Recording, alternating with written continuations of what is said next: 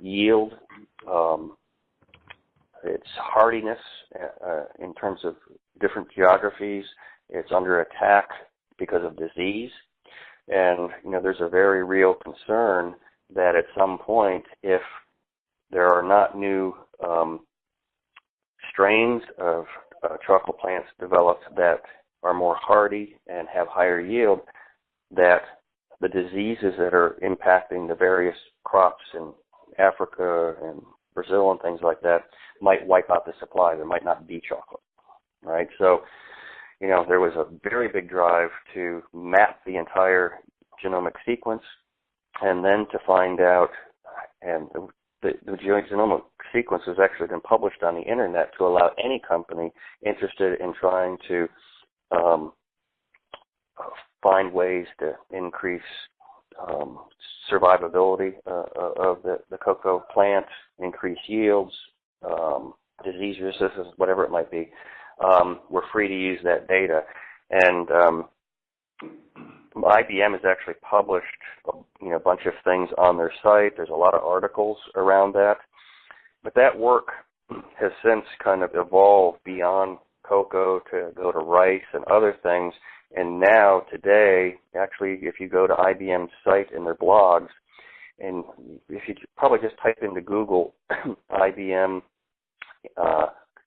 Watson and Mars Incorporated and search in Google, you're going to get things and articles from October of this year and September of this year is talking about using Watson as a decision platform for agriculture, and the major effort right now by the Consortium for Sequencing of the Food Supply Chain to transform the way that companies test for impurities, pathogenic impurities in the food supply, and kind of optimize that and bring it into the 21st century, right? Because right now, all along the food supply, they have to take samples, and it can be thousands of samples on just one thing, looking for one pathogen, right? And if you're looking for a multitude of pathogens,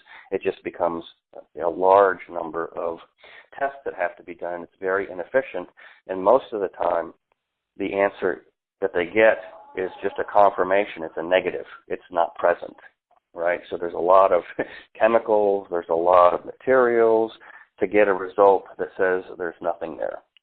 And so what they're doing is they're mapping out all of the food pathogens, the genomic and the RNA sequencing for all of the pathogens in the food supply, and basically constructing a model of what they call the food microbiome, and using that more as a signature, right? So that if you take a sample, you look at the sample's microbiome, and what then you're looking at are for changes in that microbiome, either as the material travels through the supply chain, or it sits on the shelf, or wherever it might be, and trying to figure out at how it changes and when it changes, what are the triggers to say that there might now be a pathogen in that sample. So let me ask you the question. I mean, that's a great example for this application. What would you say,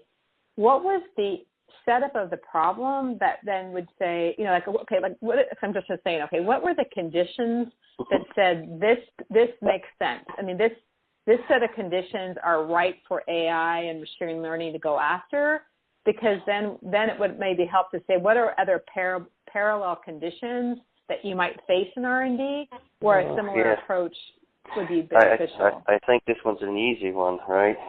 If you kill your customer or consumer, it's not a good thing for your company or your brand. And so for food safety, this is all about ensuring that people do not get sick. Salmonella, you look at the food supply right now, there's an awful lot of people getting sick, and there are people dying. Why is it? Yeah, no, I understand that.